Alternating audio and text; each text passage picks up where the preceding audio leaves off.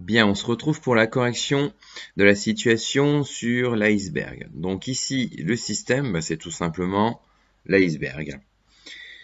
On est sur une situation qui se passe à la surface de la Terre, donc forcément, un des auteurs de force va être la Terre elle-même, enfin plus précisément le centre de la Terre. Donc l'iceberg est en interaction avec la Terre, et vous le savez maintenant, vous avez compris que cette interaction est une interaction qui est toujours à distance. Et avec l'eau de mer, eh bien, on va avoir une interaction de contact, puisqu'on voit que l'eau de mer touche bien l'iceberg et est autour de l'iceberg ici sur le schéma. Donc c'est une interaction de contact. Je fais une petite parenthèse pour vous dire que lorsque vous ferez un exercice où par exemple on s'intéresse à l'aile d'un avion, eh bien c'est exactement le même type d'auteur et le même type d'interaction. Vous avez l'interaction à distance de la Terre sur l'aile de l'avion qui va attirer l'avion vers le bas et l'interaction de contact avec l'air puisque l'air va porter l'avion vers le haut. C'est ce qu'on appelle du coup la portance puisque les molécules qui constituent l'air portent l'avion et s'opposent à la chute de l'avion. Alors, le diagramme objet-interaction, il est très simple. Je vais m'intéresser à mon système qui est donc le receveur. Donc, je le mets dans un rectangle et donc j'écris iceberg dans un rectangle. Combien il y a d'auteurs de force? Ben, j'ai les ai listés. Il y a la Terre et l'eau de mer. Donc, je les mets dans des bulles à côté de mon receveur. Donc, ça, c'est les auteurs. Alors, l'interaction entre l'iceberg et l'eau de mer, on a dit que c'était une interaction de contact. Donc, on va faire une double flèche en trait plein. Et l'interaction entre l'iceberg et la Terre est une double flèche en pointillé, puisque c'est une interaction à distance. Pour savoir le nombre de forces qui s'exercent du coup sur mon iceberg, j'ai juste à compter soit le nombre d'auteurs, soit le nombre d'interactions, c'est-à-dire le nombre de flèches autour de mon receveur, c'est-à-dire mon système. Je vois qu'il y en a deux, la force exercée par la Terre et la force exercée par l'eau de mer. Alors la force exercée par la Terre, vous commencez à être habitué, vous la voyez apparaître sans cesse, puisque comme je vous l'ai dit, dès que vous êtes sur la Terre ou une planète ou un satellite, eh bien c'est toujours la même force qui s'applique, à savoir la force exercée par le centre de la planète sur laquelle vous êtes.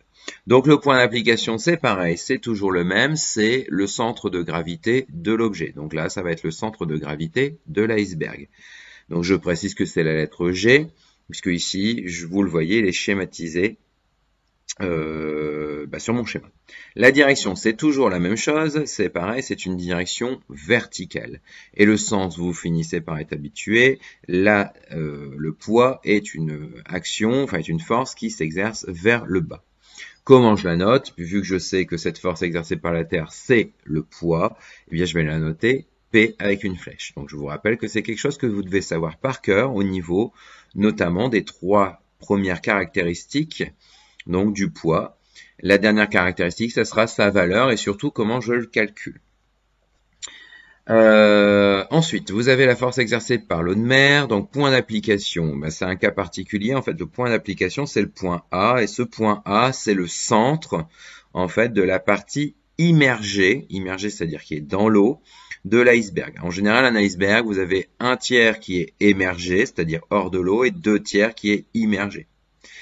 Donc ça s'applique au centre A de la partie immergée. Direction, ça va être une direction qui va être la même que le poids, puisqu'il faut que cette force s'oppose au poids pour éviter que l'iceberg ne coule.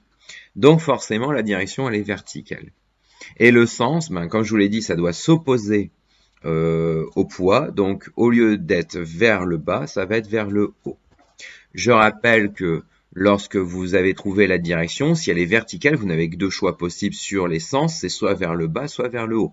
Pareil, si c'est horizontal, c'est soit vers la gauche, soit vers la droite. C'est pas possible de dire que quelque chose va vers le haut alors que la direction est horizontale. Ça, c'est une aberration. Donc le sens, vers le haut, puisque l'iceberg remonte et ne coule pas. Je rappelle qu'un iceberg, on peut considérer ça comme un gros glaçon qui flotte dans l'eau salée. Du coup, j'ai mes deux forces. Cette force, je vais l'écrire F de O sur iceberg. Juste petite parenthèse hors programme. Cette force a un nom particulier. Elle s'appelle la poussée d'Archimède. C'est la même force qui s'applique sur les ailes d'un avion. Donc, sauf que là, on n'est pas dans un liquide, on est dans un gaz. Et du coup, elle prend un nom un peu particulier lorsque c'est au contact de l'air. On appelle ça la portance. Ma parenthèse hors programme est terminée. Maintenant, nous allons pouvoir tracer les deux forces sur le schéma ici.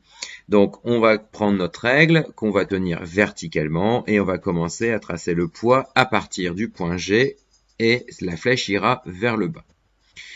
On va reprendre notre règle, on va la mettre verticalement à partir du point A et on va faire une flèche vers le haut et cette force, on va l'appeler F de O sur iceberg.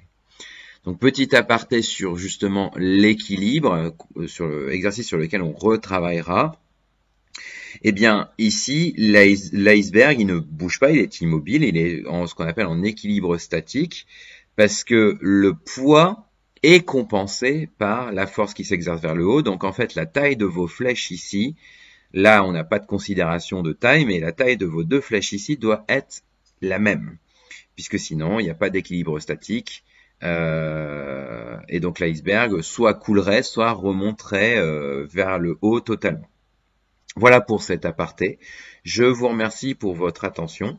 N'hésitez pas à aller voir les autres vidéos corrections de cette activité.